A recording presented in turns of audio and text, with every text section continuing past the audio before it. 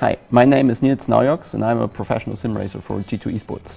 Overall, there's huge debate in sim racing whether or not hardware can make you faster.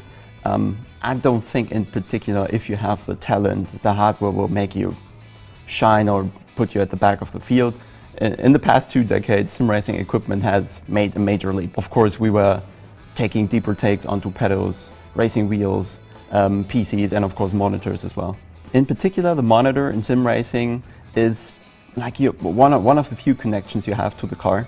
Everything is perceived visually in the first place, and therefore it's really important to have high frame rates, low response rates of the monitor, because this gives you a competitive advantage in the end and makes it easier for you to perceive what the car is doing.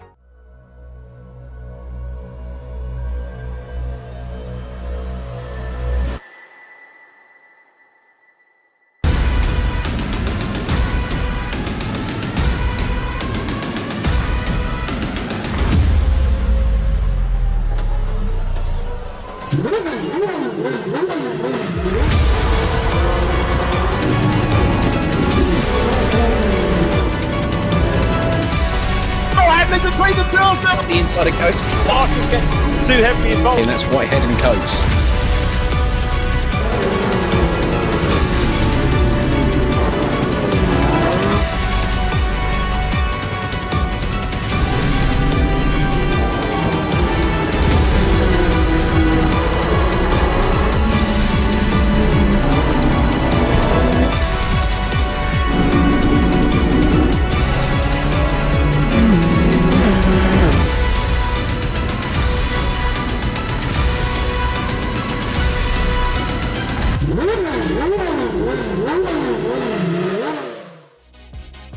I should be.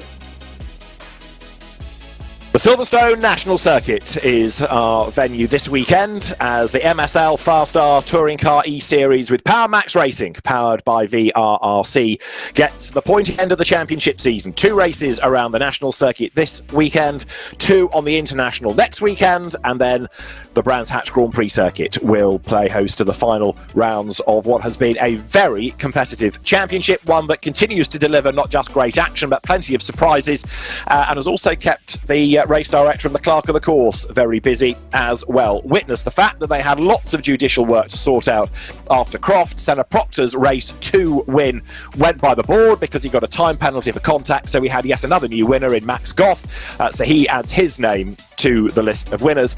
But after a stellar performance at Croft, Mike Epps comes here again laden with ballast but also ahead in the championship. Behind him, Max Goff is up to 2nd, Rob Butler 3rd, but he is missing today's races because about, an hour or so ago, he became a dad, so he's got other things on his mind, nappies primarily. 4th in the championship, Robbie Stapleford, then Callum Newsham, who had an awful time at Croft, having just got up to the lead of the championship, and Dave Marshall has also slipped down to 6th, but he is one of the few drivers, certainly the only one in that championship fight, who doesn't lose points thus far by a points penalty for infringement. He's kept out of trouble, and with a good run round 2 races here, I think he can be back in the mix. David Addison and Andy McEwan with you. Well, we've said it all season, Andy. Great racing. The Silverstone National Circuit always delivers action. It's a fairly simple lap. The drivers don't necessarily like it, but it just lends itself to good, close touring car racing, doesn't it? Yeah, absolutely. It's one of my favourite circuits to go and watch racing at as well. When you're sat in the Luffield grandstands, you've got a big crowd around you, the atmosphere is always brilliant, and you're guaranteed action. You've got these long straights where you can get a bit of a slipstream, and they're followed by big braking zones down at Beckett's and also into Brooklands as well at the end of the Wellington Straight. So 2 or 3 really good overtaking opportunities.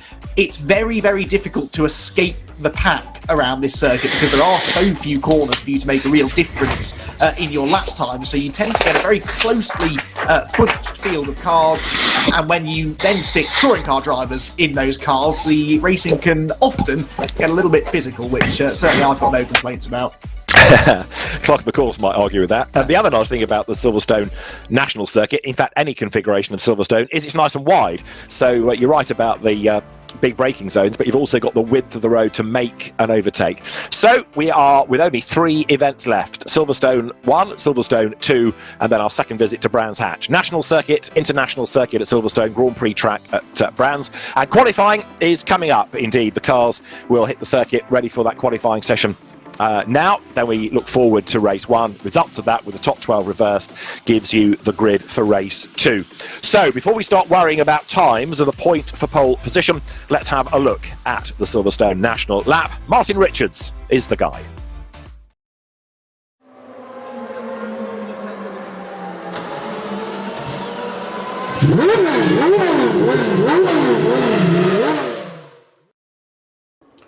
Hi, my name is Martin Richards and I drive the number 61 Power Max Racing liveried machine in this weekend's Touring Car eSeries.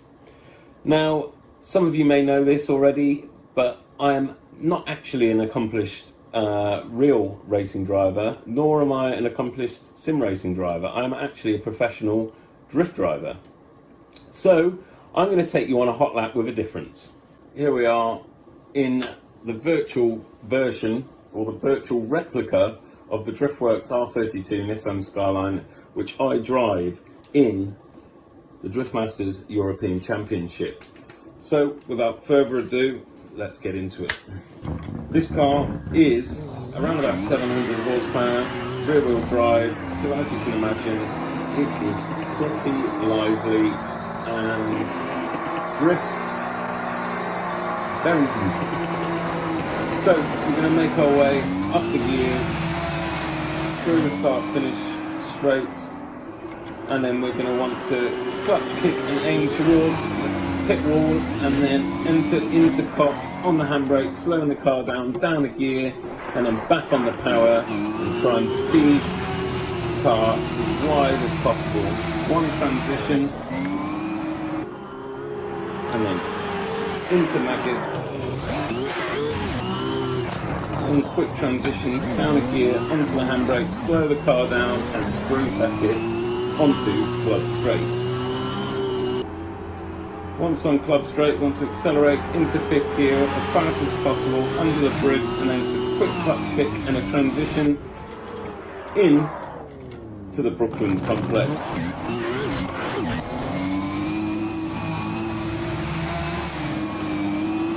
Through Brooklands into Luffield, and we're onto the home straight now. Apex the corner as late as possible. Wider line as you can get out of the corner, and then it's flat on the gas, 5th gear all the way through the finish line. And that is a lap of Silverstone National Circuit drifting.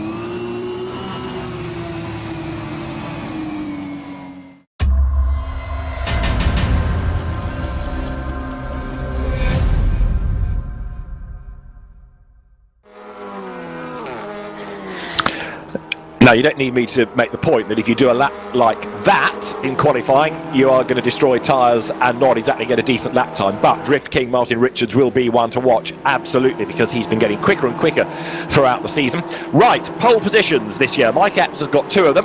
Max Edmondson has got 1, Robbie Stapleford has got 1, and Charlie Oliver has bagged 1 as well. Are we going to have a different driver at the top of the times? Let's see. Short, sharp laps around here, Andy. So finding clear track space, absolutely crucial. Yes, it is. You can get a benefit from running behind a car that's of a similar pace to you because of that slipstream that I mentioned early on. You can, in a good couple of tenths of a second per lap, if you're tucked up in that sort of pocket of air behind the car ahead. But if you're significantly faster than that car, just going to end up tripping over them when you get to any of the braking zones. So I wouldn't be surprised to see some teammates working together. We saw a bit of this earlier on in the year at Snetterton, which is another very high average speed circuit with long straights. We saw the Riggs eSport drivers in particular working together there to try and improve their lap times in qualifying. Might see a little bit more of that in this session too. And it's important that you find those extra, not just tenths, but hundredths, even thousandths of a second. The practice times from the session that finished about 5 minutes ago are insanely tight. The entire field covered by less than a second, and actually the top sort of dozen nearly covered by just 1/10 of a second. It's going to be very, very tight, and if you're even a slight fraction off your game, you could find yourself mired a long way down the grid. It's going to be interesting as well to see how the ballast affects you around here. Mike Epps, there he is, 75 kilos on board, championship leader, triple winner, and perhaps on target to take the title, but he's not out of the woods yet. Max Goff now is the opposition. 97 points to Max, 103 for Mike Epps. So despite the fact you get the feeling that Mike has just been the dominant driver, he's only 6 points ahead after that really duff brace of races that he had at Snetterton. But is he going to be a champion? He's not only dominating in terms of race wins this, he's also blitzing everybody else in the mini eSeries at the moment, and he's got 75 kilos of weight on board. Now Max Goff therefore carries 66. Interestingly, of course, Dave Marshall, we touched on looking at the championship situation, he falls to 6th, he sheds a lot of weight, so he's only got 33 kilos. Could that be an explanation for why he might be able around here to gain good results, gain points back in the championship? Is it going to be a benefit to him, having had a bad weekend at Croft, losing some of the weight? Yeah, I mean, that's been the general pattern we've seen for most drivers this year. They have a good weekend, gain the weight for the next weekend, and then they seem to struggle a little bit. Callum Newsham was a case in point, wasn't he, yes, at Croft? He had that double victory at Snetterton and then struggled to get into the points at Croft. He too, I think, is one that I'm watching this weekend. He sheds a lot of that weight, not all of it. He's still going to have 39 kilos on board the Hyundai. but that is a car that will also go well here at Silverstone. The i30N has a very good engine, it's good in a straight line, so a couple of drivers like Callum, like Dave that you mentioned, Senna Proctor, another as well I think, who we started to see a flash of real potential from a week ago. He needs some good points, but he's still within a race win's worth of points of the top of the championship. So that little group of drivers that aren't carrying too much ballast, they need to perform really today. Yeah, and Jack Keithley is another one that started the year really well at Browns, but got roughed up in the Donington races and again at Croft. So he's somebody else that if he can keep out of trouble, the Williams eSports driver, he should be able to fight back. Now, David Ward was a latecomer to the ball, has been getting on with life pretty effectively, and aboard number 69 then, he has had an 11th place as his best result thus far. Charlie Oliver, he's got one pole to his name and he's topping the times at the moment from Max Bird, who often seems to show well in practice and qualifying sessions, but doesn't have the same luck in races. Alex Toth-Jones currently third, and Jack Keithley fourth fastest as Charlie Oliver goes for the pit lane. Yeah, Charlie Oliver dives in, having set the fastest time of 57.2, excuse me, fastest lap in practice was a 57.217, so that's a pretty good representation of the pace that they're aiming for here. Keithley second, Bird in third, with Toth-Jones fourth and Dave Marshall up there in fifth place. Jordan Brennan languishing a bit down in 14th position, but Jordan is another of those drivers that's within 20 points or so of the championship lead, currently sits seventh in the championship standings, and the driver looking for a good pair of results if possible today. Coates here comes out of Luffield corner, again down in 17th. You'd expect a bit more from Max, I would have thought. Comes out of Woodcote, easy flat through there in these cars. Across the start finish line, does he improve on 17th position? No, actually he doesn't, despite having a nice slipstream from one of the Peugeots ahead. And also, despite losing weight for this weekend, as off the road there aboard 63 with a bit of help, Max Goff. Now, Stuart Lyons was in the wars at Croft. He got excluded from one of the races as well for lots of contact over the weekend, so he lost a race finish and therefore lots of championship points as well. Stuart's on -4 in the championship now, because whatever he scored, he's got 7 championship penalty points to take off, and getting involved, it looked there, with Max Goff. Now, what about Robbie Stapleford? Because he too has been a race winner, and he's a long, long way back at the moment, only 19th behind Max Coates. The sole Cupra then coming up towards the timing line with only 7 minutes into the second half of the session now, only 7 minutes to go. Yeah, Stapleford looking pretty racy on this lap. I reckon he can definitely go quicker than his time that he's set so far. Let's see, 19th place he was, and, well, yeah, again, stays there, actually. They're finding it trickier than I expected to find significant improvements. A lot of them, of course, were out in that practice session earlier on, though, so they are able to get up to speed pretty quickly, and maybe struggling then to find any further pace as the session goes on. Stuart Lyons, actually, I know we're seeing Kenny Press here coming out of Cops Corner. He, too, has just started the lap, but Stuart Lyons was 9th fastest in the practice session, so Stuart is actually going quite well this weekend. I'm going to resist the temptation to make a comment about how there are only 4 corners at Silverstone. Maybe that's got something to do with it. But Stuart is doing a good job. At least he was in practice. So, yeah, maybe we'll see something out of Lyonsy today. Yes, he's down to 18th though now in the qualifying. We've got 22 effectively for these 2 races, and Max Goff second in the championship. We saw him being elbowed aside. He's only 21st. So as Isaac Smith, double winner at Donington, goes across the line, 6th fastest, he is a 10th down on Charlie Oliver for the top of the times. Isaac Smith then 6th quickest, but we expect something out of Max Goff before the very end. Now, what about the Newshams?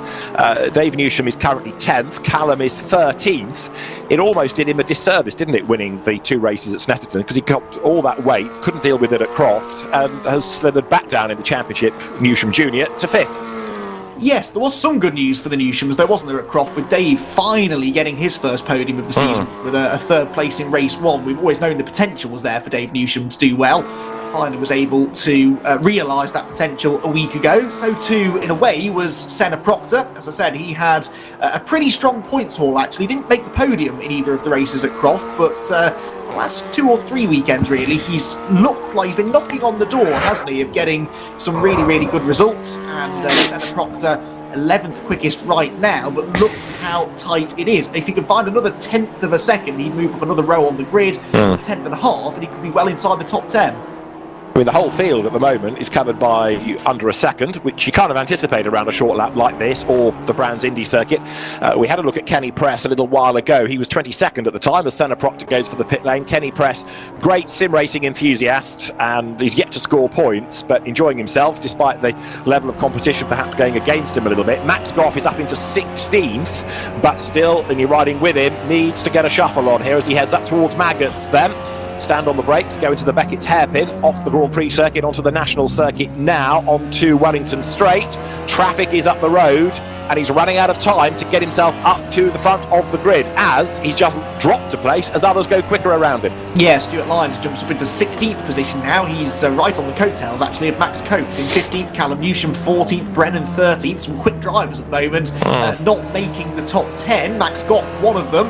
Max Goff, second in the championship. This is, I think, the highest he's been in the points this year. Yes. So it's probably the most weight that he's had to carry, 66 kilos. And he bails from the pit lane anyway on that lap. James Merrill's was the car that you could see in the distance. He was actually getting away from Max on that lap. Does that mean that Merrill's is about to improve? Answer, no, stays in 21st. Goff might be struggling with the weight, I agree, but Mike Epps is also struggling because he's only 19th and we've got 3 minutes and change on the clock. So the top two in the championship are currently looking to start in Brackley. They're that far back on the grid. This is Jack Keithley, second, 900ths shy of Charlie Oliver as he breaks the beam then.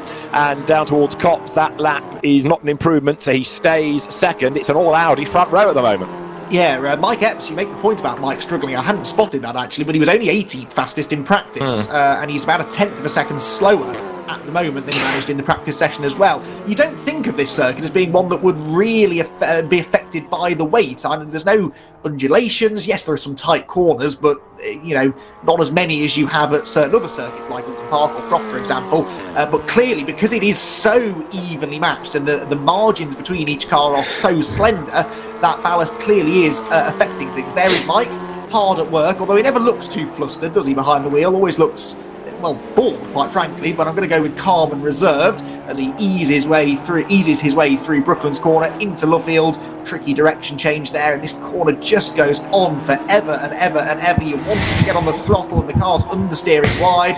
Mike just about kept it within the white lines there, though. Comes out of Woodcote, back across the start-finish line.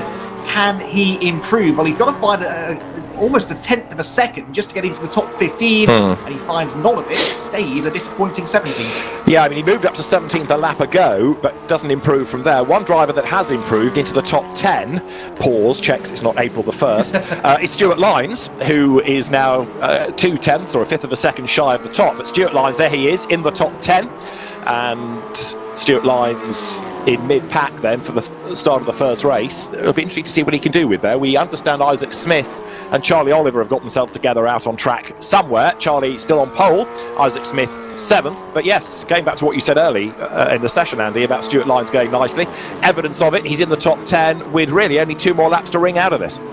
Yeah, again, possibly car advantage is helping him. As I said, the Hyundai should be good around here, but Dave Newsham also, I think, is demonstrating that with 4th quickest at the moment for Newsham Senior. As I think that is Dave, is it not? No, it's Callum going to the inside of Isaac Smith. Isaac Smith's dropped down to 7th then. He was 6th fastest in practice, so that's more or less where you'd expect him to be, I suppose. Isaac Smith, having lost all of that weight outside of the top 10 in the championship now, ballast free this weekend, unlike Callum Newsham.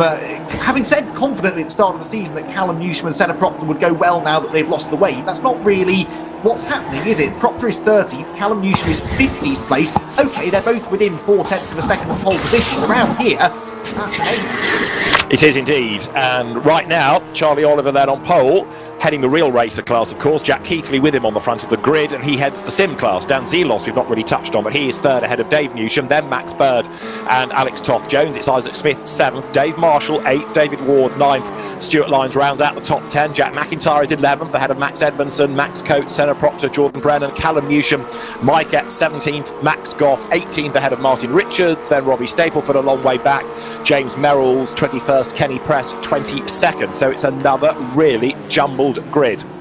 Yeah, most drivers are managing to carry over their practice pace, but Alex Toth-Jones is one that perhaps isn't. He was third fastest in practice and a tenth quicker than he's gone in this session, so watch for the number 13 car to possibly improve in the latter stages. Just ahead of him is Max Bird, and that's where he's staying at the moment because he will not improve. The session is over, he's heading for the pit lane. Last laps being completed, then there is the Peugeot of Alex Toth-Jones. Last opportunity to improve on 6th place on the grid. Can't quite do it. Drivers really seem to have peaked quite early in this session, don't they? Not many late improvements. No, you're right, and that I think is something we find in real-world touring car qualifying at Silverstone. It does seem sometimes that the bulk of the times are done by the sort of 2/3 mark. But Charlie Oliver versus Jack Keithley. Can Jack wring anything else out of this on the last lap as he comes up towards the line? Charlie Oliver looking then for a second pole of the season, add another point in the championship for so doing as he comes then Jack Keithley over the line.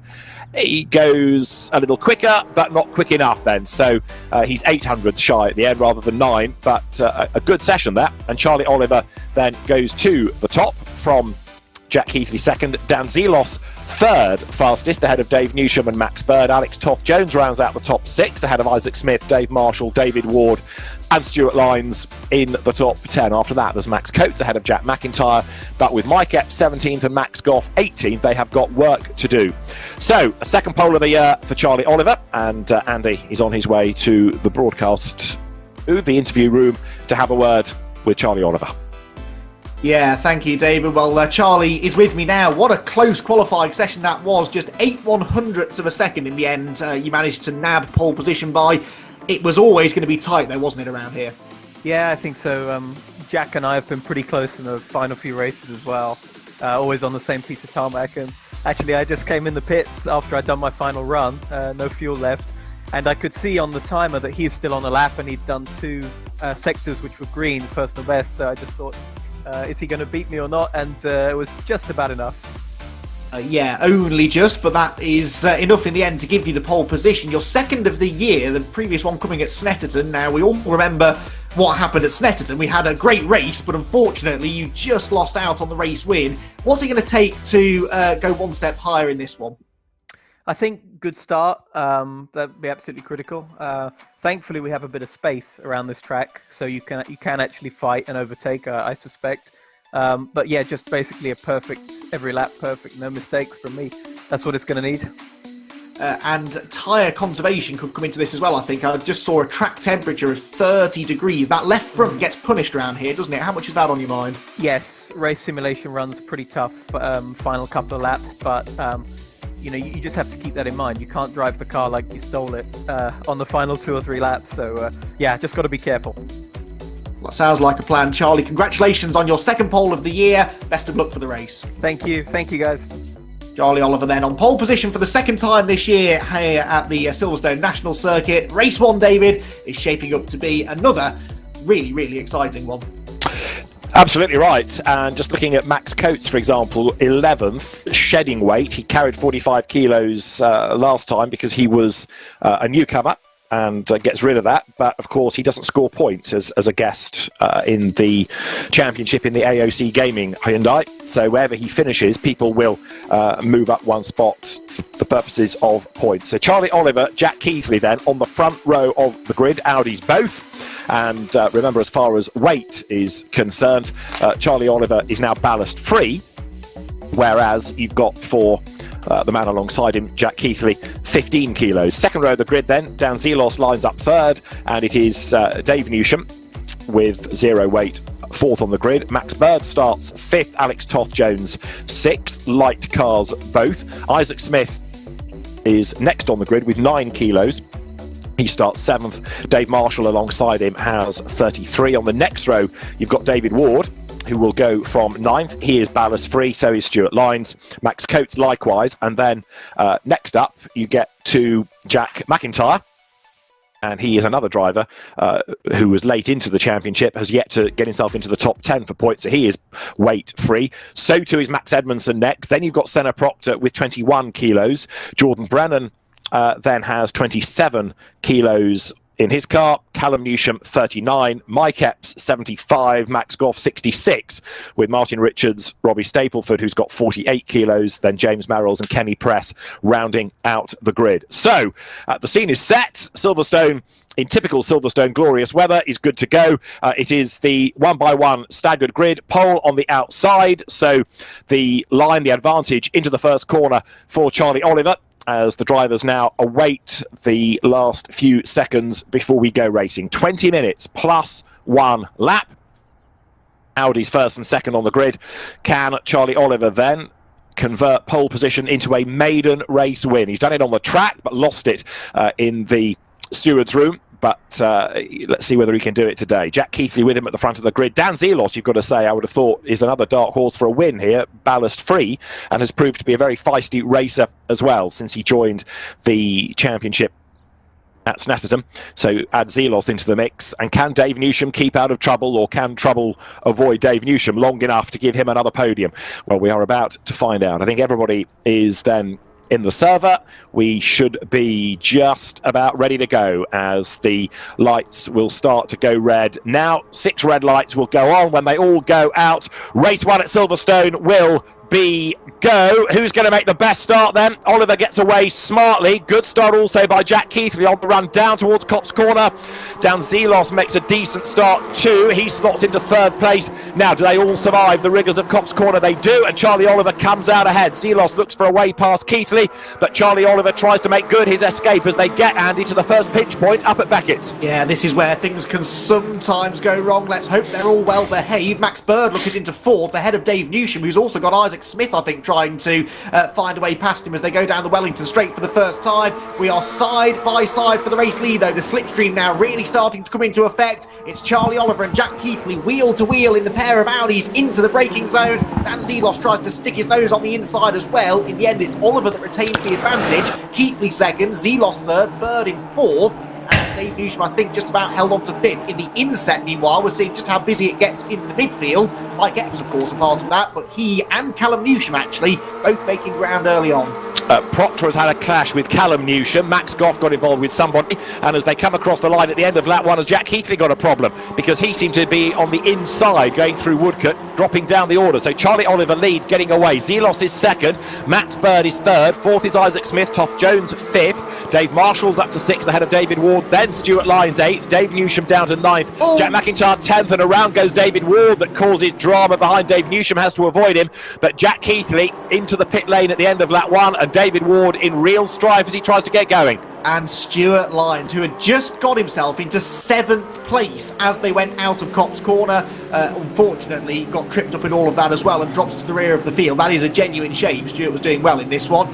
Charlie Oliver then leading. You're right, I don't know what happened to Jack Keithley, but I wonder whether maybe he's had a connection issue, because possibly Keithley so has vanished now, hasn't he, from the timing tower. So Jack Keithley, unfortunately, that might be the last we see of the Williams Esports driver. That would be a real shame. Alex Toff Jones benefits from that, though, moves into 5th as the safety car is deployed as a result, I guess, of what happened down at Beckett's that time. It gives the drivers that were delayed in all of that a chance to catch the back of the crocodile once more, and gives them a chance maybe to still get something out of the race. What it does do, though, is it stops Charlie Oliver building this quite nice advantage that he got, look, over Dan Zelos in 2nd. Charlie took full advantage of Keithley's issues to build up over a second's advantage over the rest of the pack. That, though, will now disappear. Well, indeed, yes. Safety car, as you say, deployed. It looked as though Jack Keithley, and I agree about the connection dramas, was off the track. He wasn't necessarily in the pit lane, but he was on that inside, like the hard shoulder, if you like, on the inside of Woodcote Corner. But we'll see whether he has been able to continue in the race as Charlie Oliver then comes up towards the timing line. All of this counts within the 20 minutes before you get the regulation lap tagged on at the end. So Charlie Oliver at reduced pace leads ahead of Dan Zelos. 3rd is Max Bird. Looking for the safety car that's out there somewhere. Isaac Smith runs 4th. 5th is Alex Toff Jones and Dave Marshall 6th. Max Coates is 7th, and don't forget he doesn't score points, so for points you move everybody up. That's Newsham, Proctor, and then Mike Epps 10th on the road, 9th for points. Where's Max Goff? Only 15th on the road, 14th for points. It's a virtual safety car, so although the races under safety car conditions, it is a virtual safety car rather than actually sending out the safety car itself. So Charlie Oliver has everybody stacked up behind him, and I suspect we might be able to go racing at the end of this lap. Now that everybody has caught back up again, and Jack Keithley shown as being there in 20th place. Is he still in the race? Yes, he is, and let's see whether or not he's going to be able to make progress from there. This safety car really helps him. Yeah, it does, although I'm not convinced he's going to quite catch the back of the queue before the race gets back underway, because that's happening now. Look, green flag's back out, so we are back to full racing conditions once more. That's the joy of these virtual safety cars. We can sort of fast-track the whole process. As soon as everyone's caught up, which most of them have, we can get the race back underway again. And what a good restart it was from Charlie Oliver. Already he's got 3/4 of a second of that advantage over Dan Zelos back. Zelos instead having to sort of watch his mirrors here, because Max Bird and Isaac Smith are starting to apply the pressure to him. Charlie Oliver already getting away. If you can find yourself 1.5 seconds of a cushion here, that really is worth a lot. It's quite hard for the cars behind to bridge that sort of a gap, and that might mean that Charlie Oliver can then spend the next bit of the race saving those tyres. Now, what about Max Coates in the meantime? He's on the back of Dave Marshall, so as they come through Brooklands then, Max Coates hard at work, doesn't have the heating on at home, kicks his woolly hat on, and he's all over the back of Dave Marshall, trying to fend off Dave Newsham at the same time. So he's in a proper real-world race here, isn't he? He's got Newsham and Proctor and Epps behind him, but he's looking for a way past Dave Marshall then. 3 second places for the 1010's coaching driver in the Peugeot 308. Dave Marshall, one of those from the sim racer class. Down towards Copse Corner they go. Oliver, meantime, up front, getting away. He was briefly over a second clear of Dan Zelos. Yeah, absolutely, and a 57.29 is right down on qualifying pace as well, straight out of the blocks after that virtual safety car, so that's a really impressive pace. At the moment, no one can live with him, but is he pushing those tyres too hard in the early stages? That is a question we'll only have an answer for in about 10 or 15 minutes' time. With Jordan Brennan, that is Callum Newsham in front of us, and this is the fight for 12th place. Callum is struggling, isn't he, for some reason, at a track that I really thought he and that car would work well at. He is falling down the order rather than moving forwards. Brennan on the inside line should be able to complete the move. Yes, he does. Golf goes ahead of Hyundai. Mike Epps, on the other hand, though, is making progress. Top 10 now for Epps, and that's important. It means he's scoring some half-decent points, and if he stays towards the back of the top 10, he'll be near the pointy end of the race 2 grid. Yeah, Max Goff, though, his championship rival, is only in 15th place, as there through is Alex Toth-Jones, having his best showing of the season thus far, running in 5th place weight-free, going after Isaac Smith, who's got 9 kilos of weight on board. Also good to see Max Bird having a good run further up the road. He runs 3rd at the moment. He has had a 2nd place as his best, but he's been desperately unlucky. Much underrated, very quick driver is Max Bird. He's on the tail of Dan Zelos then. There is Smith. Toth-Jones is behind him. Dave Marshall still hanging on to 6th place. Jack Keithley has caught, and he is starting to make progress. He's up to 19th. Yeah, so he's a few places out of the points. Top 15 get points and top 12 get reversed for the race 2 grid. So those are his 2 targets, really. Score some points and try and benefit from the grid reversal. On board with Dave Marshall here, 6th position. He is the highest placed driver in the championship that is beating Mike Epps in this race. So he's the first driver, really, taking points out of the championship leader of those that are realistically in contention. Dave Marshall arrives here at Silverstone 19 points behind Epps, so any points that he can take out of the points leader are going to be very, very useful indeed. A little gaggle of Peugeots getting themselves together here, aren't they? You've got Isaac Smith, Alex Toth-Jones, Dave Marshall trying to close in on them. But Toth-Jones looks racy at the moment, doesn't he? Looks maybe a little quicker than Isaac Smith. Can he find that edge that he needs, though, to move into the top 4? Charlie Oliver is benefiting from the Zelos-Bird battle because he's just edging away slightly, 1.3, 1.4 seconds it fluctuates. On board with Toth-Jones down to Brooklands. Tighter line for the left-hander, up the curb. Isaac Smith just there ahead of him. Real racer class drivers both. And the Power Max Racing entry in the hands of Alex Toth-Jones, the man from Bradford, the Peugeot 308, still runs 5th as he comes up through Woodcote then now past the Jimmy Brown Centre on the right-hand side, past the timing line, and then down towards Copse Corner. Another lap then in the book, but he's not quite close enough to make a move there. Meantime, Oliver, 1.3 seconds clear, now 1.2 seconds clear of Dan Zelos. Can Zelos chip away enough, still with 12 minutes and a lap to go, to have a go for the race lead before the very end? suddenly came down a bit through Copse. I don't know whether Oliver made a mistake. I have to assume he did, because it's now going back the other way again towards 1.5 seconds. But Zelos is getting away from the cars behind. Bird is falling back into the clutches of the pair of Peugeots, Isaac Smith and Alex Toth-Jones, who are still tied together by that very short piece of string. Toth-Jones peaks to the inside at Brooklands, but it's a late apex there, isn't it? The natural line is to turn in quite late, and it leaves that very inviting gap on the inside, which the attacking car can sometimes try and use. It didn't work that time for Toth-Jones, but it did for Max Coates, who's ahead of Marshall now for 6th. Max Edmondson going through, is on the back of Senna Proctor then, so 9th and 10th come through Woodcote. Mike Epps 11th, just ahead of Jordan Brennan.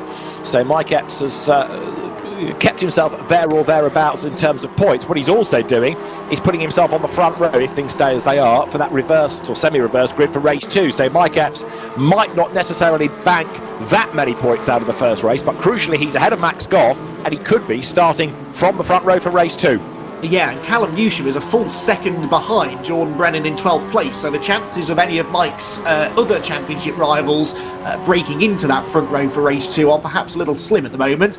This battle is bubbling away quite nicely here, isn't it? And it's starting to, the intensity level is starting to go up and up and up with each lap, because the Peugeots are getting themselves closer together, they're spurring each other on, and they're getting closer to Max Bird, and I think that Max Coates is starting to drag Dave Marshall towards this group as well, so top 2 breaking away and sort of matching each other's lap times right now, but 3rd, 4th, 5th, 6th and 7th places within the next lap or so, I reckon, are going to be absolutely together. Yeah, Marshall as well, of course, he's gaining a place in terms of points through Max Coates not scoring. So as they head out of Copse Corner, Dan Zelos shaking off Max Bird. So this is the battle pack, 3rd, 4th, 5th, 6th and back, heading up towards Beckett's. Now, is this significant as well? With taking the pressure off Dan Zelos, would he now be able to close on Charlie Oliver? Is that gap going to come down? We will see. But for 3rd, 4th, 5th, they are as one. And then 6th and 7th, Coates and Marshall run together. This is Dave Marshall's view down towards Brooklands. Is there a gap on the inside line? He's thinking about it, but doesn't commit. Elects to stay there. He doesn't need to get past Max Coates. Perhaps he can just settle for the points, knowing that Coates doesn't score. Meantime, up the road ahead, Toth-Jones goes round the outside of Isaac Smith. That may not end well for him. Let's see. It also brings Coates and Marshall that little bit closer as they come through Woodcote. Oliver is getting away. 2nd is Zelos. 3rd just is Max Bird. Then it's Smith, Toth-Jones, Coates, Marshall, Newsham Senior, Edmondson and Proctor to round out the top 10. I think Dave Marshall's doing exactly the right thing here. He knows that Coates isn't taking any points away from him, but Coates is possibly quick enough to drag him up to that next group. You really need that slipstream round here, and they've definitely got it now. They're close enough to the cars ahead to get that advantage down the straight, and Max Coates already going on the attack, actually just taps the tail of Toth-Jones's Peugeot as they come out of Beckett's corner. That little side-by-side run between Alex and Isaac through Luffield really delayed them. It brought Coates and Marshall closer and allowed Max Bird just to break away by a few car lengths. We'll see if he can make good his escape now, whether they'll be able to reel him back in again. But this is getting closer and closer by the lap, and now that Marshall and Coates have caught these three, we might see Dave go back on the attack now to get ahead of Max and try and start attacking people that he can actually take championship points away from. Meantime, Charlie Oliver is building this gap over Dan Zelos. It was around the 1.6 second mark, so it was going up, not coming down. 12 laps are now done, and the gap is 1.7 seconds as a rather scrappy Toth-Jones turns through Copse. Max Coates right up there behind him. Then you've got Dave Marshall in 7th place. Where is Epps in all of this? 12th brackets 11th in terms of points, so he's falling back a little in terms of the race order. He's still good enough to be on the front row, but of course if he lost another place to Callum Newsham, suddenly he finds himself way back going into the start of race 2. So he's on the bubble, isn't he, Epps, for 12th on the road as Coates comes up now to have a go at Toth-Jones down towards Brooklands. He's on the outside line. Dave Marshall looks to try to buy into this as Max Coates hustles the car through the left, gets a tighter line. He's up the curb, he's on the outside line going into Luffield, and for the moment at least Toth-Jones fends him off. Then Max tries to get up the inside. Remember, he comes from 2 schools of hard knocks, does Max Coates, Clios and Minis. He knows all about racecraft, but right now Toth-Jones stays ahead of him. Yeah, and Coates had to just back out of that second move through Luffield. That loses him momentum through Woodcote, and it means that Dave Marshall's right on his rear bumper again going through Copse Corner. Brilliant battle this. Dave Newsham is the next man that might buy into it all as well. He's less than a second behind them now. Here in 10th place is Senna Proctor. To your point about Mike Epps' 12th position, you can actually see in the background it is very perilous because Callum Newsham, I made mention of the fact a couple of laps ago that he was a second behind Mike Epps. Well, now he's only about a car length adrift. So Mike Epps in 12th place. Look, the Hyundai is right behind him as they go onto the Wellington Straight. And Mike really desperately needs to try and hang on to that pole position for race number 2. Under braking for Brooklands, then no move there. Behind him, things started to get very, very interesting. Yeah, for third place, Max Bird and Isaac Smith as one. So Isaac, for the moment, getting away from Alex Toth-Jones, who's having to go defensive because he has got Coates and Marshall right up behind him. Dave Newsham is there for 8th. Meantime, Charlie Oliver, dare one say, is edging towards a maiden win here. He's 1.8 seconds ahead of Zelos. He's creeping ahead. 6 minutes and a lap still remain. And Charlie Oliver, from pole position, is doing everything absolutely right at the moment as Isaac Smith there heads up towards Beckett, closes a little under braking, locks the rears, turns into the right, but Max Bird fends him off. Still there, good for third place. Yeah, but good pace this from Isaac Smith as soon as Toth-Jones was busy defending from Coates. So Smith was able to get back after Max Bird. That gap was up to the better part of a second initially when Bird made his first break for freedom, but Isaac Smith has very much reeled him back in again. But as these two start to battle, of course, the concertina effect comes into force again and the cars behind get closer and closer and closer. Speaking of close, that is how close Callum Newsham is to the championship leader, first and foremost, and also provisional pole position for race 2. So getting this 12th place has double significance here for Callum Newsham. He's caught Mike Epps, but where does he find a way through? Mike has proven, hasn't he, this year? Not an easy man to pass. Absolutely right. So, what have we got left? Just over 5 minutes, plus the regulation lap. Callum Newsham dives down towards Cox, hustles through the right-hander, avoids all that runoff on the outside line, the Formula 1 safety tarmac, pit out to your right, and then head now up through Maggot, stand on the brakes, get into Beckett. He inches up there onto the tail of Epps going into Beckett. This is a significant battle, not really for points, but for possibly the outcome of race 2, because it will determine who gets pole for the second race of the day. And in 4 minutes and change plus a lap, there is time left for Callum Newsham to get himself onto pole. If either of these two drivers can get themselves on pole for race 2, you really wouldn't bet against them winning. And Callum, remember, is only 12 points behind Epps in the championship. He's down in 5th place, but it's that tight that could easily be overturned with a good result in race 2, especially if Epps is once again languishing in the midfield. So that is a really significant battle. This one is a really entertaining battle. And look at the way that Toth-Jones has really got away from Coates. All of a sudden, in the last 2 laps or so, the Powermax liveried Peugeot, third car in this group, has really started to up its pace, perhaps as others are now starting to run into some tyre difficulties. Maybe Alex is not, because his pace at this stage of the race looks really good. We have, of course, got driver of the day to think about. Jack Keithley might be just worthy of a thought, because having had his dramas on the first lap, we thought it was a connection-related issue. He caught up, he's in 14th, so he's in the points. And, of course, take Max Coates out of the equation, he gains another place worth of points for his efforts. And he's not done yet either. Of course, Jack Keithley is the next man in the queue behind Callum Newsham, who there is all over Mike Epps like a rash. And if this gets a little bit too toey, then Jack Keithley might be able to find a way past them. So, as they squabble, and they are absolutely nose to tail now coming through Woodcote, Jack Keithley in 14th place is almost with them. Yeah, that gap is going to disappear, I think, because Epps is going to really have to get his elbows out over the final few laps to keep Callum Newsham at bay. They're almost wheel to wheel going into Copse Corner, coming out of Copse Corner. It's the same story for third place. Isaac Smith making a move on Max Bird, goes to the outside at Beckett's corner. That's not going to work, surely.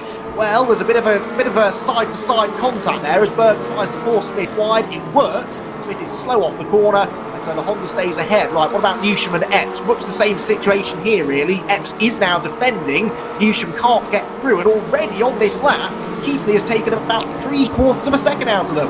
Absolutely right. He's charging as Smith goes ahead of Toth-Jones again, going through Brooklands.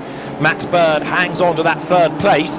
Isaac Smith, Alex Toth-Jones still squabbling as best they can behind Max Bird without tripping over each other. They both think they've got the pace to be ahead of Bird, but they haven't done it yet. Max Coates right there behind them as well. Now, what about Epps? He's fending off Newsham, who in turn is fending off Keithley, but they're all bunching up as they come across the line. Smith goes through Copse Corner, running in 4th. Does Callum Newsham think about making a move on the inside into Copse? He doesn't, but he's close enough. Does the move come at Beckett's, I wonder? He's had a good exit there, right up over the rumble strips on the exit. Ahead of them, meanwhile, there was a mistake for Toth-Jones at Copse Corner, so Max Coates needed no second invitation to try and take advantage of that. He gets himself alongside, but he has to go the long way round at Beckett's, and they are actually not wheel to wheel. The Peugeot comes off the corner corner better on the tight line, and so Toff Jones retains 5th. This is backing Coates back up into Dave Marshall again, and the three of them starting to get very close together as we get very close to the end of the race. It's rather flown by this, a minute and a half or so plus the regulation lap still to go, and so many battles still to be settled. This still a battle that's raging for race 2 pole position, with Epps somehow hanging on.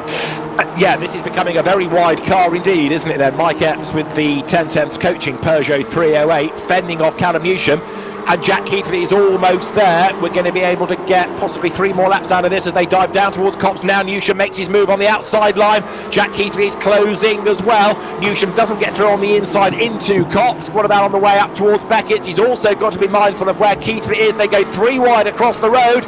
Can Keithley get ahead of Newsham? Yes, he can. Can Keithley get ahead of Epps as they turn into Beckett's? No, he can't. But this might just save Mike Epps. If Newsham and Keithley start squabbling, he might be able to pull away. But Keithley, of course, is in a much lighter car than those of either of the 2 drivers around him, and he's on a mission. Yeah, he's almost pushing Epps down the Wellington straight, goes to the outside, to the inside, there's contact in a straight line, that won't go down too well. Epps manages to hang on to it, Newsham back to the outside. It's got trouble written all over it, this battle, hasn't it? And these are 3 potential championship contenders here. This could be a really significant battle when we get to the end of the season at Brands Hatch in a couple of weeks' time. Out of the final corner they go. They're going to have 2 more laps to go, aren't they? This and 1 more. And still, any one of those 3 drivers could get the race 2 pole. Keithley alongside into Copse corner. That's the outside line into the quick right-hander. Callum Newsham tries to fill the gap on the right. No way through. There's more contact between Keithley and Epps. It's getting physical now. All of this then for pole position for race 2. Keithley has the run. He's got the much lighter car. And don't forget, he out-qualified both of these. He's wide into Beckett, so he can't get past Epps. The door is open for Newsham, who is back through on the inside line. So Callum Newsham then retakes the place, does he, as they come out of the corner. He's ahead of Epps as well. He's done it. So Newsham dive bombs the pair. He gains 2 places out of all of that, and suddenly Newsham's on pole for race 2. Epps comes late on the brakes down to Brooklands, goes back through, retakes the place. Brilliant racing this. Keithley around the outside of Newsham, can't make it stick. Epps drops back behind the pair of them, out of all of which it is then Callum Newsham 12th, Keithley is 13th. Yes, Epps 14th, but he's not giving up. He's back on the inside of Jack Keithley as they come through now to start the last lap of the race.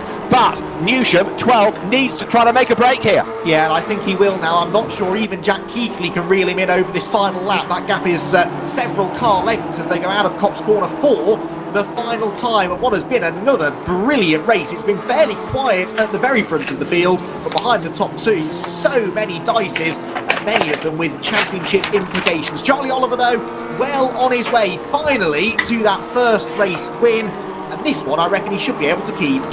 Yeah, I can't think he's been involved in too many scrapes. It's behind him, though. We need to be looking. But let's call him across the line, because Charlie Oliver is going to be a race winner then, finally, in the MSL FastR Touring Car eSeries with Power Max Racing, powered by VRRC. Second is Dan Zelos for his best of the year. Third should be Max Bird as he heads up then towards the line. It is Isaac Smith goes 4th, Alex Toff Jones for Power Max Racing 5th, ahead of Dave Marshall, then Max Coates. Dave Newsham is 8th, Max Edmondson 9th, Senna Proctor 10th, Jordan Brennan 11th, and pole for race 2 goes the way of Callum Newsham, just ahead of Jack Keithley, with Mike Epps next in the line. So, a great race, a great drive by Charlie Oliver, but perhaps even more, we're looking forward to race 2, because that is a really jumbled grid. Callum Newsham starting on pole position. Jack McIntyre goes through a long way back in 17th place. But Charlie Oliver has done it 3.5 seconds to the good, with Dan Zelos then taking his best yet in second place. Max Bird third, ahead of Isaac Smith. Alex Toth Jones 5th from Dave Marshall, and then the non-point scoring Max Coates. It's Dave Newsham 8th, Max Edmondson 9th, and Senna Proctor rounds out the top 10 from Jordan Brennan, and Callum Newsham's 12th, good enough for pole for race 2. Right, 3 happy drivers to hear from, especially Charlie Oliver. Pole and a race win, finally. And all being well, Andy McEwan should be with him. Yeah, it doesn't get much better than that, does it? A race win from pole position, and Charlie, you really didn't have any company there. You built a nice gap at the start, then the safety car came out, and you just built that gap up again. And I was waiting as the race went on for the lap times to start going away. I thought surely he's used his tyres too much, but no, you had the pace to stroke it home. Yeah, I mean, the start was pretty tight. I got to tell you, the heart rate was pretty high there. battling with Jack. He nearly got me twice. I outbraked myself a bit at turn 2. But then after that, yeah, it was pretty good. And just keeping the consistency. You know, you get into a zone, and once you're in there, you can't get woken up really. So you just keep on pumping the lap times. And yeah, it was good enough. It was more than good enough. I mean, 3.5 seconds is one of the biggest winning margins we've had all season. But of course, the flip side of that is now you have to start 12th from race 2. And yes. It's relatively difficult when the field is this evenly matched around a track like this to make progress, isn't it? Yeah, I mean, so the thing here is going to be to try and avoid incidents. And we're going to be racing hard with them. But like I said before, there's a lot of space on this track. So hopefully we can make some progress. If we get in the top 5, I'd be pretty happy with the end of today. Well, that sounds like a plan. Best of luck in that second race, Charlie. Thank you. Excellent performance in race 1, though. Thanks a lot, guys. Charlie Oliver, then, your race winner from the first race here at Silverstone. Race 2 on its way, so don't go anywhere. Just a few minutes away from the gridding up process beginning there. Before that, though, let's have a word with our second place finisher, shall we? Dan Zelos. Dan, another brilliant run to second place. You got your first podium at Croft a week ago. And now we can't stop you. Is Silverstone a circuit that you've gone well at in the real world? It always is. It's you know, it's a very hard track. The toe means a lot in real life racing, as it does the same in here. You can see it in qualifying. So, but no, I mean, Charlie explained it brilliantly. You know, it's just about keeping out of trouble. We've got a lot of space here, and you know, once I was able to get a bit of a gap in front of me to start hunting him down, I did my best to chase him. But Charlie drove really well. I had a little bit more than me today. But hopefully, in this reverse grid, we can maybe work together, get further forward, and get another good result. Yeah, I mean, it did seem like once the safety car had come in and Charlie built up that gap, that there wasn't really much point, really, in you risking too much. I spoke to Charlie pre-race about how important it is to manage the tyres around here. So was that kind of your plan in the end? Once you realised that Charlie wasn't going to be caught, it was just a case of holding on to that second? Yeah, it was about managing the gap behind me too. You know, it's very easy to run track limits on the exit of turn 1. You know, just dip a little bit of a wheel and you get a track cut, and you only get 4 warnings and then drive through. So I was managing that as well. I got a couple on the first few laps, so I had to kind of calm myself down and just concentrate on being as consistent as I could. And yeah, a really enjoyable race. It was good to be racing at the front, and yeah, see how we go in this one. Good stuff. Well, congratulations on the second place in the first race, Dan. Best of luck for race 2. Third place went the way of Max Bird. Now, Max, unlike Dan and Charlie, who had pretty quiet, uneventful races, you didn't. You had some company in that one, didn't you? Yeah, just a bit. Isaac was quick from the get-go, really. I think I overheated my tyres through that safety car period, and then from then on, I just sort of had a struggle to try and keep everyone behind me. But yeah, Isaac was definitely quicker. But defending is a big part of touring car racing, and at a track where there are quite a few places you have to watch your mirrors, where people can maybe make a move. It was a really impressive drive to keep them behind, given you were under pressure basically from start to finish. Yeah, so that I was braking slightly earlier into all the corners, trying to get that, you know, that momentum off the corner and get a good exit, because I knew that if I could keep them behind down the straight, they're not going to try and come past through the corners. So yeah, I think just maintain the gap and then try again in this one. Yeah, what are your thoughts then, coming from 10th on the grid now in race number 2? It's going to be a busy first few laps, isn't it? Yeah, for sure. Try and keep out of the carnage. But hopefully, as Charlie said, top 5 would be a good little result for the 2 races today. And yeah, we'll see how we go on. Looking forward to it. Max, congratulations on the podium. Good luck for the reverse grid race. Thank you. So there you have it then, our podium finishers. Max Bird third, Dan Zelos second, and Charlie Oliver, with that win now, is moving right into championship contention. I have him now 4th in the championship, just 2 points off second. Still, David, we're now only 5 races from the end of the season, and it's still no clearer as to who the favourites are. No, indeed. And you take from the results of the first race, Max Goff, who was only 19th. We rather forgot about him with respect in the end because of all the other fierce fights going on around, but he had a pretty torrid time of that. So Max, with the weight, struggled in qualifying, struggled in the race as well, and he now finds himself dropping away in the order. So race 2 is almost good to go, in fact. So it is Callum Newsham on pole position. And remember, he's got 39 kilos of weight on board. Jordan Brennan lining up with him at the front of the grid, 27 kilos of weight on board. Second row, Senna Proctor, he's got 21 kilos, and then number 4, Max Edmondson, ballast free. Third row, Dave Newsham, weight free, and so too is Max Coates. Then Dave Marshall is on row 4 with 33 kilos, Alex Toth-Jones alongside him. Isaac Smith comes next, he's got 9 kilos. Max Bird is weight free alongside. Dan Zelos and Charlie Oliver are next as the lights are about to go out, and we go racing with a good getaway being made by Dave Newsham for the third row, but then all the gaps close ahead of him. But diving through on the inside line, Jordan Brennan, I reckon it is. He's going to hit the front as they get into Copse Corner for the first time. Charlie Oliver then starting 12th, trying to work his way forward. Callum Newsham just, though, has the advantage as they come out of Copse. Max Edmondson is alongside him as they get to Beckett.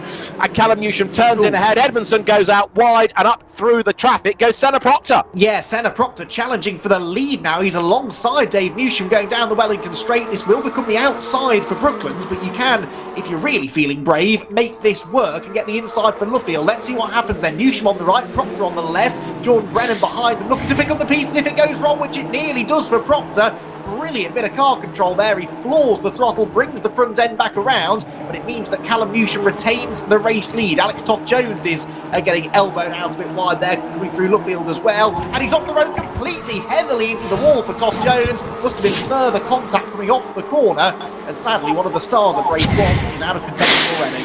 So Callum Newsham leads at the end of the opening lap from Senna Proctor. Dave Newsham is third. They're going through fourth is Dave Marshall. Behind is everybody else really. For fifth, Isaac Smith just ahead of Max Edmondson, who's yo-yoed a bit on the opening lap.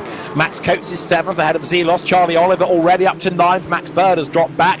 Jack Heathley runs 11th. Where's Mike Epps? He's 13th then, trying to make progress forward, but he's not getting there just yet. Max Goff is 17th, and Alex Toth-Jones tries to regroup after his dramas on the first lap. So Callum Newsham, who has had, as we saw earlier on in the year, 2 race wins, now tries to get away from the pack as they go through Brooklands. Charlie Oliver, though, is having to make that car very wide indeed to keep Dan Zelos at bay. Yeah, right behind Max Coates, just ahead of Zelos. These are some of the front runners from the previous race, but Oliver, look, has gained 4 positions already. That's a really decent first couple of laps for the race 1 winner. Again, looking to try and make good on the pace that he's clearly enjoying this weekend. Only 9 kilos in that Audi, and so he should be able to move forward from there. On board now with Dave Newsham in third. He tries to play rear gunner, I guess, for his son now, because this is a really important race for Callum, having fought so hard to get himself the track position here in the first grid pole position. He needs really to try and deliver a win. If he can win this race and Mike Epps is outside the top 10, Newsham Jr. takes the points lead with 2 rounds to go, so this is a really crucial race. Although perversely for Dave Newsham, he is in one of the lightest cars up at the front of the field, so in theory he should have the pace to win the race. Max Coates goes through Brooklands 6th-ish, keeping Max Edmondson at bay, but Max crawling all over Tudor-Max as they go into Luffield then, but Coates keeps the position for the moment. Zelos is all over the back of Charlie Oliver, who is in turn looking for a way past Max Edmondson. That could all get ugly before the end, couldn't it? Could end in tears as 6th and back comes up toward the line. Jack Heathley remains a man to watch also at the rear of this little group to see what further progress his Audi can make, but with 3 laps in the book, Newsham is not getting away from Senna Proctor for the race lead. No, not really. Proctor coming back at him here, isn't he? After Callum made an initial break in the first lap or so, now Proctor is looking maybe the quicker of the 2. Dave Marshall right on the tail of Isaac Smith. Dave Marshall could do with some a good result here. 10 points scored out of the first race, 6th or joint 5th actually with Robbie Stapleford. I've got him in the points. It's almost a joint lead here between Callum Newsham and Senna Proctor in the race. They're overlapping as they go into Brooklands. Callum Newsham having to defend, and he'll be thinking now, come on, Dad, come and help me out here. If Dave Newsham can apply the pressure to Senna Proctor, that will make Callum's life an awful lot easier. Now something has happened out of shot between Charlie Oliver and Max Edmondson, because they've fallen to 20th and 21st places respectively, so they've had a moment and have fallen way down the order and of course out of the points. So Charlie Oliver, winner of the first race, now finds himself in all sorts of strife. He's behind the recovering Alex Toth-Jones there, but he's got a lot of work to do now to buy back points. So you win in race 1 but you lose in race 2. That seems to be the story of the day. It's 3 for the race lead though, and Proctor all sideways at Beckett. Up the inside of Dave Newsham goes Isaac Smith. Up the inside of Proctor goes Isaac Smith, and he's going to come out second, coming onto Wellington Straight. Brilliant move. Well, not quite what Callum Newsham had in mind when he was asking his dad for help, but that has kind of worked, hasn't it? Because it's delayed the pack behind, and it's given Callum a bit more of a gap than he's had at any point. But Isaac Smith into second place is a danger here. Isaac is quick and has absolutely no ballast in that Peugeot, so Isaac Smith might be able to go after Callum Newsham in front. Senna Proctor is still third, was lucky to get away with that actually. Dave Marshall fourth, Dave Newsham then in fifth, and then along come Max Coates, Dan Zelos, Max Bird, Jack Keithley, Jordan Brennan, Jack McIntyre as well. Basically, the top 11 cars here are getting themselves closer and closer together with every lap. They are indeed, with Mike Epps still in 12th place, but 11th for points, because remember, there's the, if you like, invisible Max Coates, can't score points in the guest car. Up now then, through Maggots into Beckett's, and Alex Toth-Jones and Charlie Oliver have had a coming together now as well, further back, so with both of them trying to regroup, tripping over one another. So look back as you hit Wellington Straight. Isaac Smith hanging on to second. Remember, he has had 2 race wins this year. He's only got 9 kilos of weight in the car as David Ward comes up to have a go at Stuart Lyons, and in so doing has got James Merrills alongside him as they drop down towards Brooklands now. Ward on the outside line, Merrills on the in, and they're still side by side all the way through the corner. That's going to give David Ward the inside for Luffield, but James Merrills briefly ahead. We've also got Max Goff behind them, and he's trying to get into the points, don't forget. Yeah, Max Koff's second in the championship, but a bad race here could see him drop outside of the top 10. It's that close in the points. So, yeah, important for Goff to try and salvage something, anything from this. But even if he gets past both David Ward and James Merrills, that still doesn't put him in the points. Stuart Lyons there in the green and white Hyundai is in 15th at the moment, the last car to be scoring points. Out of Copse Corner then goes that little group. Through Beckett's come the leaders. Isaac Smith is coming back at Callum Newsham, so Newsham just does not have the raw pace here to do what Charlie Oliver did in race 1 and stretch out a comfortable lead. He's going to have to defend from Isaac Smith very shortly, just as Senna Proctor is driving defensively to try and keep Dave Marshall at bay. But bear in mind, Callum Newsham has got 39 kilos, whereas Charlie Oliver didn't have to worry about ballast. So it is a heavier car, and it's 30 kilos heavier than the one that's chasing him. Isaac Smith then, here he comes, out of Luffield now, through Woodcote Corner, up towards the timing line once more. This to put 7 laps in the book. The margin just a fifth of a second, but Smith has got the speed, he's got the momentum, and the car is light enough to carry him forward. He closes under braking going into Copse. Interesting how relatively few people challenge there. They plan the move through Copse and make it here, going up towards Beckett's. Is this going to work? Outside for Maggots, inside line for Beckett's. Stand on the brakes, and Smith does get up the inside line. He's got the gap, he's got the room, and now he's got the lead. Oh, if I was Callum Newsham, I wouldn't be fighting this, and yeah, he sensibly drops in line behind. He had a gap there behind Isaac Smith to drop back into the queue, whereas if he ran side by side with Isaac for a corner or so, the chasing pack would have been right with him, and then all of a sudden you either go out of it with the race lead, or you end up 5th or 6th because you get shuffled out of line, NASCAR style, and you just can't get back in. So Callum did the sensible thing there, realised he was beaten under braking through Beckett, let Isaac Smith get out of the corner ahead, and now he'll try and sit in the wheel tracks of the Peugeot, maybe work with the leader to try and get away from everyone else. Second place for Callum Newsham is not as good as a win, but it's better than losing another 2 or 3 places. Robbie Stapleford, Martin Richards, Stuart Lyons have all had a tangle, and so too Dave Newsham and Max Coates have had a coming together. So there are dramas all around at Silverstone as Isaac Smith then goes for win number 3. Dan Zelos there is trying to find a way into the top 6. Where is Epps? He's still only 12th, and Jordan Brennan, having been on the front row, has fallen way back into 11th place. So that's the order. Smith, Newsham Jr., Proctor, then Marshall, then Coates, Newsham Senior, Zelos, that's your top 7. Max Bird runs 8th, and then what do we have behind that? Jack Keithley 9th, and they're all in a queue. Any one of those could yet win this. There's no gap bigger than about 3 or 4 tenths between any of the top 9 cars. The first real gap is between Keithley and McIntyre, 9th and 10th, and in some cases you can measure the gaps in inches rather than tenths of a second. Max Coates almost pushing Dave Marshall along as they come out of Luffield and through Woodcote, the Hyundai closing in, and I think does actually give him a tap, bit of bump drafting down the straight there from Coates, because he can see the top 3 cars are getting away, and whilst he would love to get past Dave Marshall and set off after the leaders himself, he knows that running side by side with the current 4th place driver is only going to lose them more time. So he's trying to spur Dave on, I think, so that they can close back in on the leading 3. Isaac Smith, Callum Newsham and Senna Proctor. Oh, as Zelos there almost gets into the side of Dave Newsham. There's time for it to happen. 10 minutes. We've still got half the race to go. The first half's been pretty lively. We are not done yet. So Zelos then, latecomer to the championship, but showing good pace. Dives from one side of the road to the other. Gets up the inside of Dave Newsham. Was there contact? I think there was, but Dave comes out ahead then.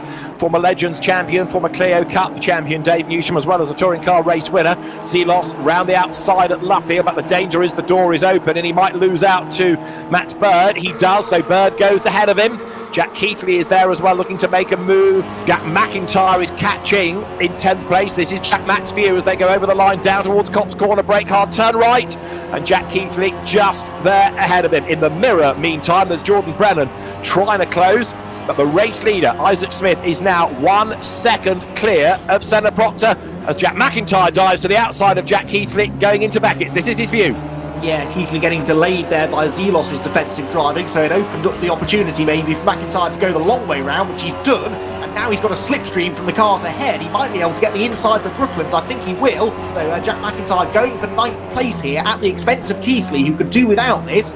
Keithley's not really making the electrifying progress through the field that I kind of thought he might. He's been one of the pace setters this weekend and really regained ground after his connection issues in race 1 quite quickly, but race 2 not quite going to plan. He does fend off Jack McIntyre, but that's the best he can manage for the time being.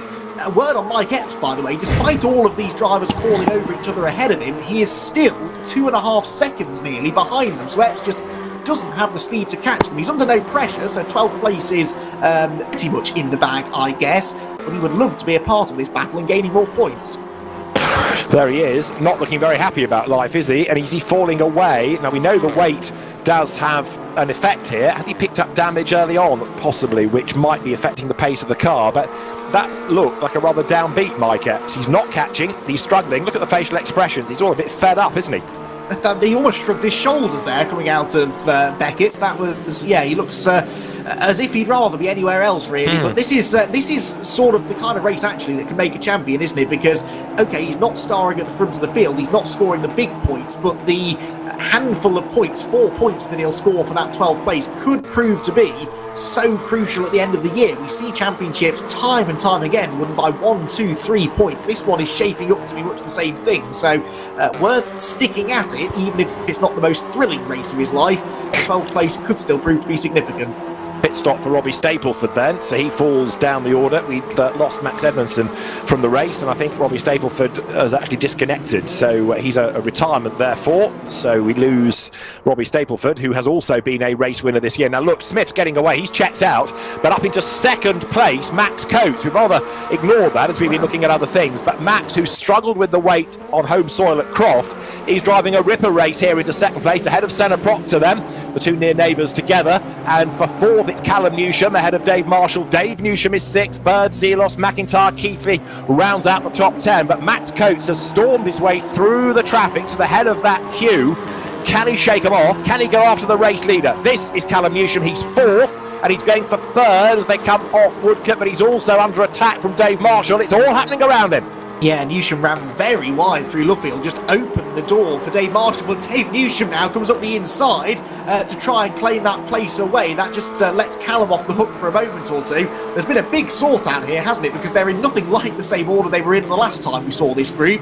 It is, again, one of those pressure cooker races where they're all so close together, one little spark can ignite a real explosion of activity, and I think that's exactly what has happened here. Not good news for Callum Newsham, though. He is now off the podium. Dave Newsham looks back at a side-by-side Dan Zelos and Max Bird. Bird on the inside in the Honda sends it into the corner as late as he dares, but you can hang around the outside there to get the inside for Luffield, or indeed drive into the car you're trying to pass and get the place that way. So Dan Zelos does muscle his way through.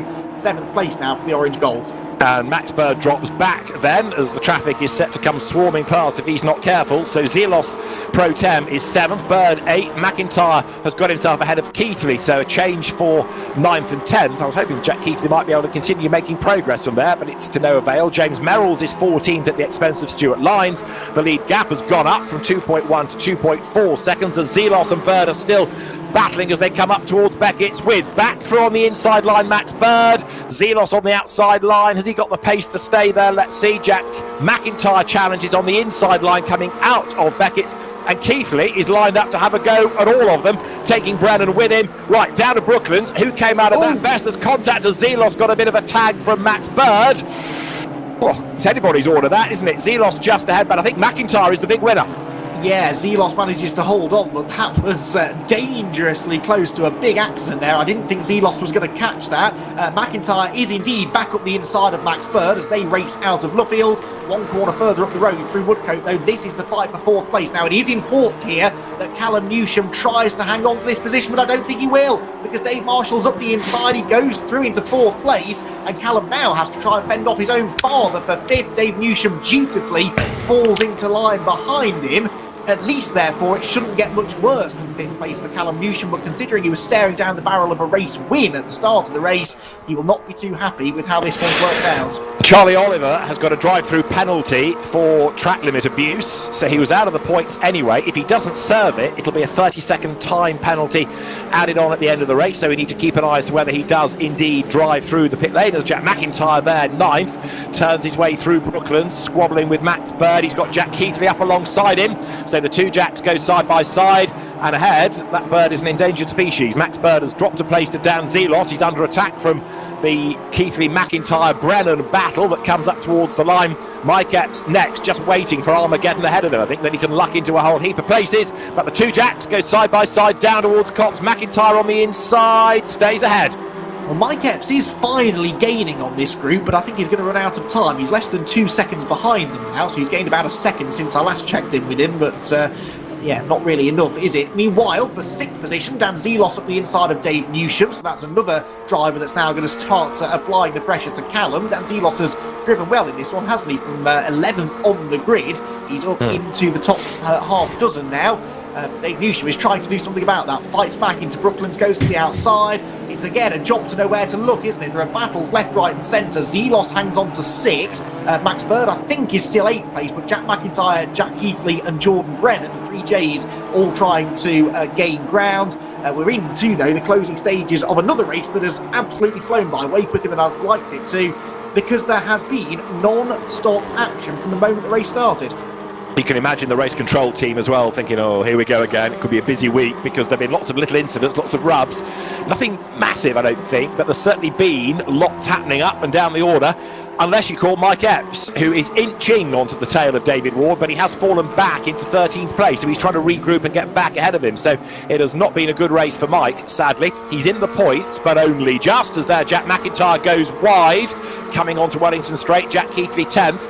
Isaac Smith doing a really impressive job up front, however, and is he a candidate for driver of the day? Surely he must be, because he has, as far as I can see, kept out of trouble. Yes, which is half the battle, really, isn't it? Sometimes he has had a pretty squeaky clean race. Max Coates in 2nd place, also doing a really good job. Senna Proctor is the first driver with any real work to do in 3rd place. He tries to fend off Dave Marshall, and behind them, Dan Zelos here in 5th. Callum Newsham down to 6th place now, so just 10 points being taken out of this race from a race to pole position. That there's no other way of looking at that, really, other than being a little disappointed with it. He could have done with at least a podium from this one. He'll still take points out of Mike Epps. Not convinced it's now going to be enough to take the championship lead. Martin Richards, meanwhile, trying to get into the points, because Stuart Lyons is in the points, 15th position. If he finishes there, he'll get a little bit closer to breaking even as far as his total points haul for the year is concerned. But look who is closing on them. Charlie Oliver can sniff here a chance to get something out of this second race today. Yeah, but I'm just wondering whether he's served his drive-through penalty or not yet. Charlie Oliver, has he served it? I confess I didn't notice, but as he comes then now down to Brookland, turns through the corner, and Charlie Oliver all over the back of the Power Max racing car in the hands of Martin Richards then. But as I say, if he hasn't served the drive-through, you add it on as a time penalty at the end, and then he falls way back, so he's not going to get any points out of this, in total contrast from that epic first race drive that he produced. Isaac Smith then 2 seconds to the good over Max Coates. In 7th place is Dave Newsham, with Max Bird right up behind him. And what else is going to shake out of this? They haven't settled down, surely? No, they haven't, because Bird gets up the inside of Newsham going towards Beckett, but he can't dislodge him there. And for the moment, Callum stays ahead of his father, who is fending off the traffic as best he can. Dave's car is bearing the marks of a car that's been in the wars. Not the first time we've seen that really this year, but he's been doing his best here to protect his son in front. But I think another car is going to slip through the Newsham defences here. Max Bird on the inside at Brooklands corner. Can Dave get himself to the inside into Luffield? I don't think he will. No, the Civic has gone through, and next in line, Jack Keithley. It's relentless, this, isn't it? As soon as one car breaks through, there are another 3 or 4 at least waiting to try and follow them through as well. 2 more laps to go then. Still, this third place battle raging on, and Zelos has caught them now, hasn't he? He has indeed, and as they dive down towards Copse Corner, then through Dan Zelos, 4th ahead of Dave Marshall. He's going after Proctor for the podium. The race control line says, incidentally, Charlie Oliver ignored penalty, so I fear he might be heading for hot water, and it could be that there's a loss of championship penalty points that way as well. We've lost Max Goff as well. He has retired from the race after a really frustrating day, but again, we've seen it with so many of them. Gain the weight with a good race weekend, and you really struggle at the next. There, in the meantime, Jack Keithley got himself ahead of Jack McIntyre. Senna Proctor versus Dan Zelos for 3rd and 4th. Dave Marshall for 5th. Marshall's not had a bad day, has he? Banking points, not drawing attention to himself necessarily, but just being one of the few to keep out of trouble and bank the points both races. Yeah, exactly. That's it's that consistency that can do you the world of good over the course of a season. And really, Mike Epps has been doing that up until this point, hasn't he? He's had those 3 wins, but even with weight, he's usually able to bag a good points haul, or at least get something out of the weekend to keep his championship advantage. That might not happen though once we top the points up after this race, which is only less than a lap now from being completed. Dan Zelos on the inside of Proctor for 3rd. He's going to get that at Beckett. So this has been a brilliant drive, this from Dan Zelos. I think he might have to be my pick for driver of the weekend.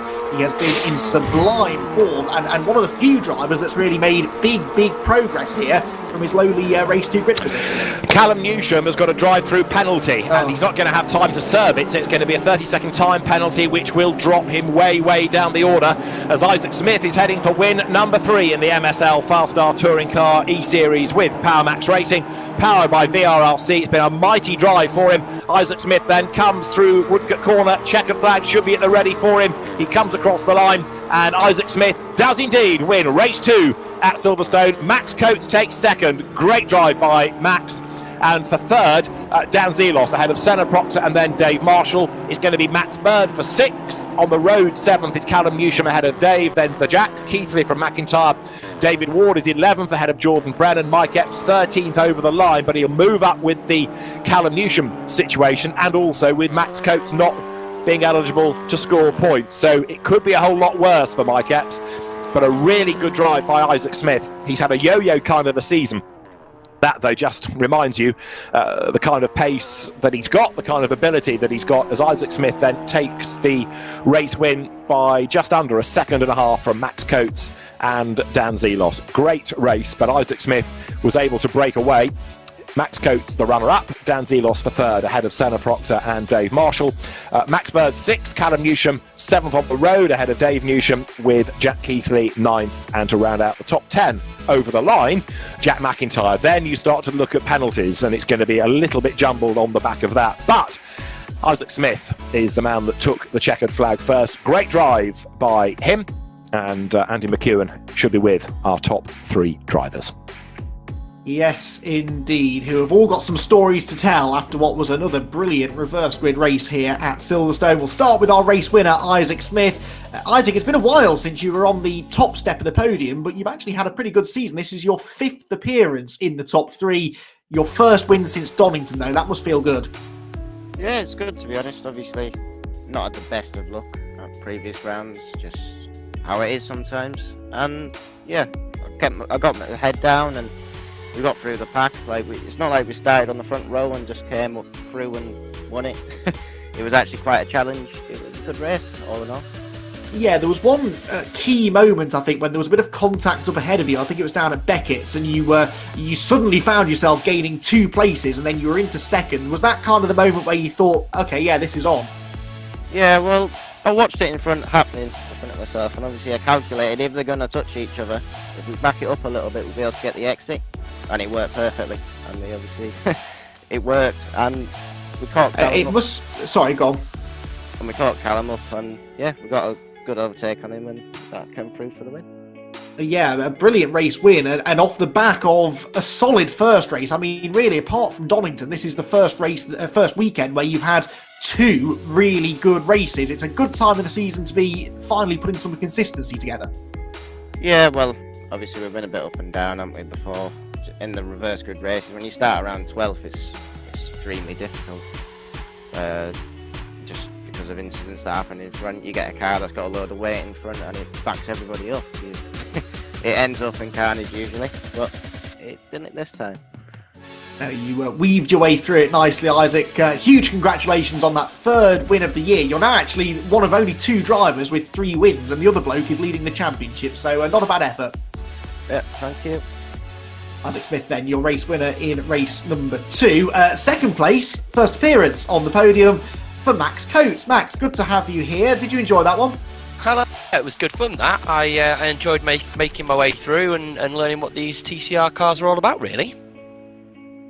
They certainly produce good racing. It's pretty close out there sometimes, isn't it? It is. I think I'm obviously in the mini challenge championship that happens sort of just before this on the Saturday morning, and I think the key difference is that the car is a lot more responsive to kind of the initial turn-in input, and also that it's a lot harder on the tyres. So that's what I've kind of got to get used to, and also that spatial gap between the front of where I sit and where the car is. So yeah, it was good fun though. Some good moves. With Senna and Dave Marshall and Cam Newton and the like. So yeah, it was good fun.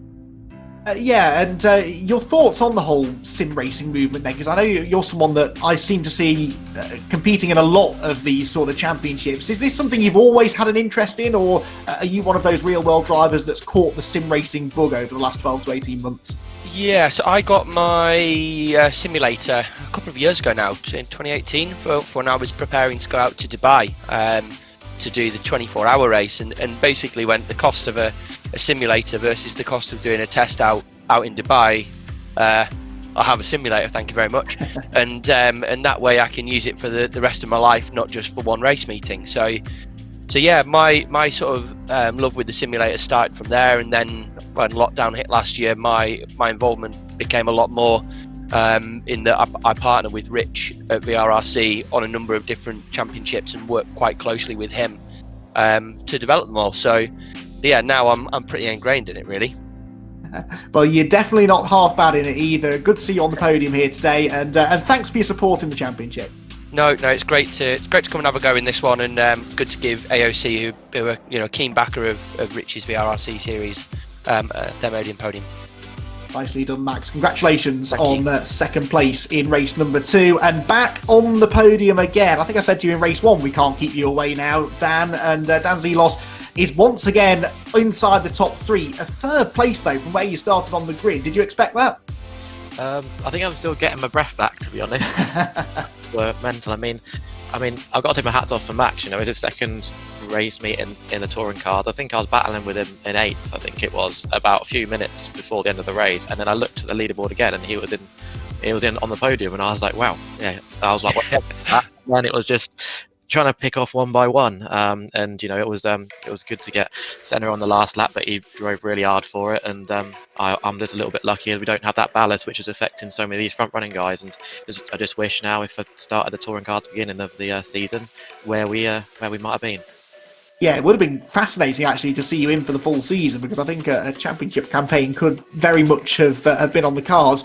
It was your racecraft in that race though that I was most impressed with. That's one of those races where everything's kicking off left, right and centre, where you can quite easily end up doing well, but you can possibly even more easily end up in the weeds somewhere, involved in someone else's accident. You've got to have your wits about you, haven't you, to just survive these race 2s. Definitely, there's a lot of very talented racers out there that have got touring car experience, mini challenge experience, and they all know how to race. And then you've got the sim racers that have got so much experience on this, and they almost know your every move. But no, I was kind of taking it almost like I was in my real Davanti Tyres mini car, going around trying to keep out of trouble, not bring any accident damage back, and just pick off the moves. And I thought it was safe to do so, and I'm really happy with the result.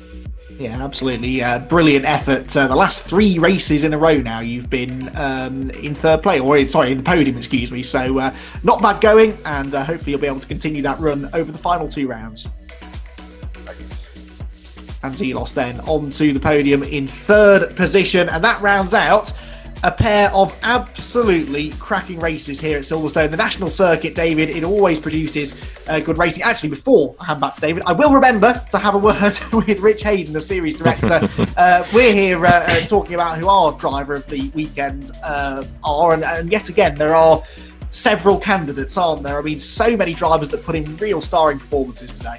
Yeah, absolutely agree. For me, it's between Dan and Isaac. They've both had really good couple of races. So well done to both of them, and obviously everybody else. There's a lot of drivers struggling with ballast that perform well too. But for me, it's Isaac and Dan. And look at that championship table as well. Yeah, it's super tight, and that's just the way we want it, with now just 4 races to go. We're back at Silverstone in a week's time on the international circuit, then the Brands Hatch Grand Prix circuit to round it all out. We're at the business end of the season now, and this really is exactly how you would have scripted it if you could. It's so tight, we've still got at least half a dozen drivers realistically in contention. There are the championship standings, actually more than half a dozen really. Epps with just a 1-point advantage now over Isaac Smith second, Dave Marshall third, Callum Newsham fourth, Senna Proctor fifth. Those 5 covered by just 7 points. I mean, you could even go back as far as about 12th place, couldn't you, Rich? And you're still talking about people that could win the championship. Absolutely, yeah. So it's going to make it a really exciting last 4 races, and I'm really looking forward to it. I don't know about you. Well, you know, I'm not doing anything for the next couple of weekends. I might just tag along and see what it's like. No, it's going to be really good fun, isn't it, Rich? Yeah. And thanks again for all of your hard work behind the scenes. I mean, it takes quite a lot, doesn't it, actually, to put together a championship like this? Yeah, absolutely. You can't underestimate the amount of man hours that go into this, both from the broadcast side. Mike Yao puts in a huge amount of work in the background, and obviously Andy Ringland as well with regards to the judiciaries. But with regards to making sure everything runs as best as we can possibly get it, there's a lot of hours that go into it. Yeah. Well, it is greatly appreciated, especially when the spectacle that we put on is as good as it's been today. Rich, thank you for your thoughts. We'll speak to you again in a week's time at Silverstone, again on the international circuit, David, where we will have our penultimate event of the season. I don't know where the season's gone. It has really flown by in a flash, but it's building up to a proper touring car crescendo, isn't it? I mean, I made it there, about 12 drivers that are still within 20 points or so of the top, and there's only 4 races left. It's astonishing, isn't it, the way the championship season has bounced like this. The one constant, you could argue, has been Mike Epps, but almost every time we've watched racing, another name has come to the fore as another one has faded. There's Max Goff, second 2 hours ago. He's now down to 7th. Isaac Smith was, 10th? With only 9 kilos of weight. There he is, back in the championship hunt, second. And of course, if he hadn't got 10 penalty points, he'd be ahead of Mike Epps. So it does illustrate, actually, how at the start of the season, people were shooting themselves in the foot, in a sense, by having those incidents, costing themselves championship points through penalties. But that said, we are in for an outstanding end to the season, and the international circuit next week is going to be a really good leveler, because it's somewhere that the British Touring Car Championship hasn't raced, tested, but never got the race in. It's not one that many people will have raced at, and it's one that I'm looking forward to seeing exactly how the racing works around there, because I've seen that section of the Grand Prix circuit, but it's going to be interesting to see who attacks and how the weight carries around the international circuit. So lots of unknowns next week. What we do know is going to be good racing. So virtually the same place, certainly the same time next week, as the next brace of races in the championship will be on the international circuit at Silverstone, and this long list of potential championship drivers might lengthen a bit, might shorten a bit, depending on what the outcome of those 2 races are. Mike Epps, though, maintains his championship lead, at least for now, in the MSL FastR Touring Car eSeries with PowerMax Racing, powered by VRRC. In 2 weeks' time, the showdown at Brands Hatch. Next week, though, a very important stage in getting us to that point. 2 races on the international circuit at Silverstone, and they promise to be absolute stunners. We'll see you next week. For now, from Andy McEwan and David Addison, goodbye.